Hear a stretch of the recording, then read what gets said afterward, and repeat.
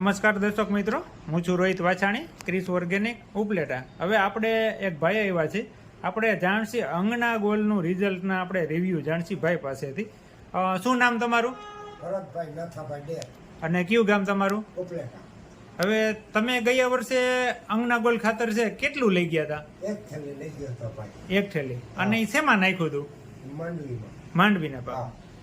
અંગના goal વાપરવાનું કારણ શું હતું? દેશી ખાતરમાં મારે ઘટ્યું હતું એક થેલી જેટલું 20-25 સાપ. બરોબર છે. એમાં મેં વાપર્યું હતું. બરોબર.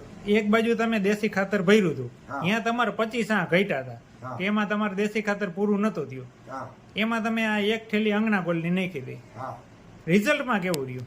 રિઝલ્ટમાં બે સરખું જ.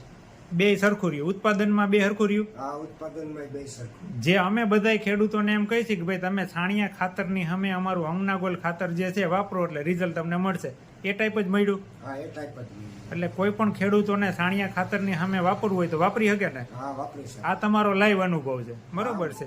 બીજું, અત્યારે તમે કેટલી બેગ લેવા આવ્યા છો? અત્યારે હું 9 બેગ લેવા આવ્યો છું. અને ઈ જ ખેતર છે અને એ જ માંડવી જ વાવવાની, બરોબર? જોયું ને આ દર્શક મિત્રો, અત્યારે જે આપણે કહી છીએ કે ભાઈ તમે જે છાણિયા ખાતરની સામે તમે જે અમારું અંગના ગોલ ખાતર છે એ તમે વાપરો એટલે તમને 100% રિઝલ્ટ મળશે, બરોબર છે. તો આપણી પાસે ખેડૂતોના લાઈવ રિઝલ્ટ છે, લાઈવ કહે છે, બરોબર. આપણે કોઈ ઓલું નથી, અમારા ખુદના અનુભવ જે કરેલા હશે એ જ અમે કહેતા હોઈએ છીએ કે ભાઈ તમે અંગના ગોલ ખાતર દેશી ખાતરને અમે વાપરો.